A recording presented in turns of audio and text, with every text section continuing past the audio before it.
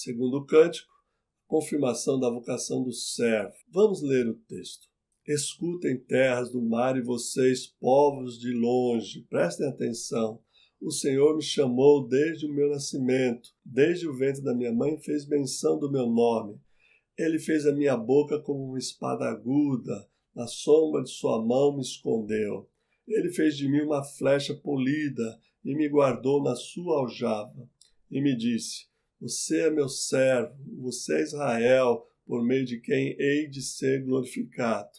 Mas eu disse, tenho trabalhado em vão, gastei as minhas forças por nada e à toa.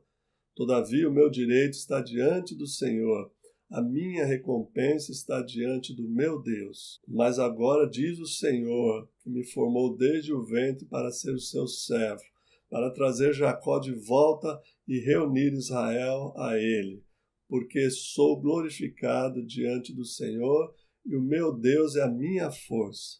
Sim, ele diz, para você é muito pouco ser o meu servo para restaurar as tribos de Jacó e trazer os remanescentes de volta de Israel. Farei também com que você seja uma luz para os gentios, para que você seja a minha salvação até os confins da terra. Isaías 49, 1-6. Observe que a palavra de vocação do primeiro cântico é retomada aqui no segundo cântico do servo do Senhor, mas agora nas palavras do próprio servo, ok? Ele diz que as pessoas não estão escutando.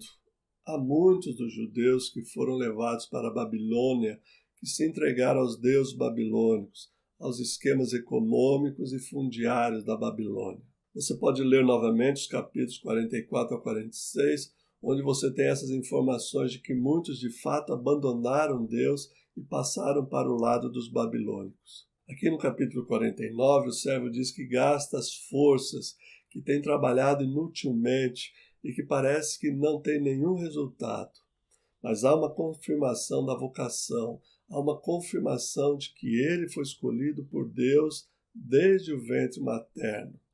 Essa é uma linguagem que vem lá de Jeremias 1, por exemplo, que diz que o Senhor o separou desde o ventre. O servo repete isso 2 vezes. Sua missão é remir a Israel, reunir a casa de Jacó e trazer de volta para a Terra Santa. Essa esperança, essa palavra de trazer esses que estão fumegando, que estão quase no final de suas forças, é uma palavra de esperança, de fortaleza, uma palavra de ânimo que vai fazer com que essas pessoas de fato vejam que Deus está operando. E Deus amplia a missão do servo dizendo que ele será a luz para os gentios que esperarão nele. Assim o Senhor reforça, confirma a vocação do servo, mesmo que aparentemente ninguém esteja ouvindo. Pois bem, a tarefa do servo é proclamar aos seus conterrâneos que Deus vai levá-los de volta para a sua terra, que Deus vai restaurá-los às condições da terra prometida, o novo êxodo, como já disse. Então o servo é confirmado pelo Senhor. Já se nota um certo desânimo nas palavras, tenho trabalhado em vão, no verso 4. Quer dizer, ele está tentando convencer os seus conterrâneos, o seu povo, de que é importante ouvir a voz do Senhor. Ele tem o chamamento de profeta. Observem esse detalhe, desde o ventre da mãe, desde o nascimento. Apesar de ser identificado como Israel aqui, é importante a palavra servo. Veja o cansaço natural de proclamar e não ter resposta, ou não obter resultado. Como pastores, a gente luta sempre com os resultados, não é mesmo? As pessoas cobram resultados, o presbitério cobra resultado, a missão cobra resultado. Nós mesmos cobramos resultados do nosso ministério. Nós queremos ver fruto, queremos ver resultado, queremos ver números.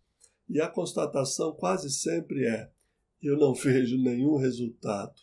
Eu não vejo nada que aponte para o sucesso da minha vocação. E isso é um problema porque se falamos em nome de Deus como servos do Senhor, alguma coisa precisa acontecer. Mas veja que a confirmação da vocação do servo não é o resultado em números ou de sucesso. A confirmação da vocação vem do Senhor, como diz o verso 4. Todavia, minha mishpat, meu direito, está perante o Senhor. Interessante também são as imagens do verso 2. Deus fez a minha boca como uma espada aguda, me fez como uma flecha polida. Uma flecha polida é uma flecha que penetra facilmente qualquer superfície. Ele me escondeu na sua sombra, na sombra de sua mão, fez escudo e guardou na sua aljava. Quer dizer, nós somos instrumentos de Deus para sermos usados como Deus quiser. Uma espada fere, uma flecha mata, mas também é a imagem de uma arma do Senhor. Nós somos instrumentos de luta do próprio Deus. Deus nos usa para lutar pelo direito. Deus nos usa como uma flecha para sermos lançados como uma palavra em direção ao outro. Essa imagem da espada aparece em Hebreus, que a palavra de Deus é uma espada afiada, que atravessa carnes, ossos, até dividir a medula, até dividir o espírito e a alma. A palavra é penetrante. Ainda que a gente não veja o resultado imediato da nossa vocação como servos de Deus para levar essa mensagem de esperança, de conforto, de consolo, dizer para as pessoas que o pecado está perdoado, são palavras penetrantes. Jeremias diz que a palavra do Senhor despedaça a penha e penetra até na rocha. Ela penetra até no coração mais duro, até na alma mais empedernida. Não desanime, a nossa vocação precisa ser constantemente confirmada. O nosso desânimo diante da nossa tarefa, o nosso sentimento de pequenez, de impotência é assim mesmo, porque a tarefa é grandiosa. Podemos perguntar, e este servo triunfará por quê? Porque ele será a luz para as nações. Isso está bem de acordo com a vocação de Isaías, com a vocação dos remanescentes, do resto, que são citados aqui. Aqueles que são levados de volta como o resto que sobrou. Os pontos de contato entre o capítulo 1 e a primeira parte de Isaías são muito claros. Há uma tentativa de proclamar a palavra e uma rejeição, se não da maioria, pelo menos de alguns. Há também o fato de ser luz, por exemplo, capítulo 9 de Isaías. Essa foi uma relação importante, a luz para as terras de Zebulon. E, sobretudo, a menção dos remanescentes, a menção daqueles que, no verso 6, são os remanescentes de Israel, que vão voltar para casa. Pense nisto. Nós temos que levar a palavra do Senhor para as pessoas que adoram outros ídolos, que estão empedernidas, que estão cegas, que estão sob domínio de governos, como o babilônico aqui, cruéis, que escravizam, que aumentam a pobreza e ainda que aumentam a dor e o sofrimento, que inflige dor e sofrimento por omissão, por falta de interesse ou por maldade mesmo.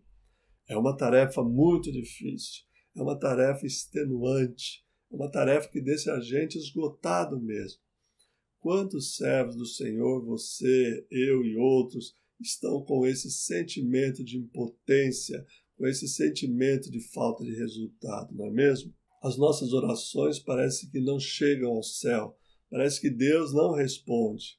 Nós estamos realmente numa situação como a deste servo do livro de Isaías. Mas a garantia da nossa vocação é que o Senhor nos usa como instrumentos e o nosso direito, quer dizer, a nossa mishpat, os princípios de governos e valores estão diante do Senhor. O Senhor Deus é a minha força, percebe? Esse cântico é pronunciado em primeira pessoa e é o servo quem está falando com Deus, como nós devemos fazer. Então, desses 4 cânticos do servo do Senhor, o primeiro fala da sua tarefa, a sua vocação, a sua confirmação.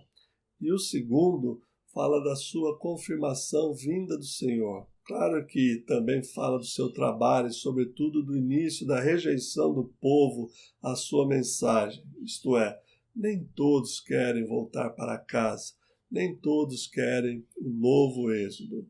Mas não acaba aí não. Se você acha que a nossa vocação só traz dúvida no coração, que é só desânimo no corpo, que é só abatimento de espírito, é melhor você ler o terceiro cântico, então.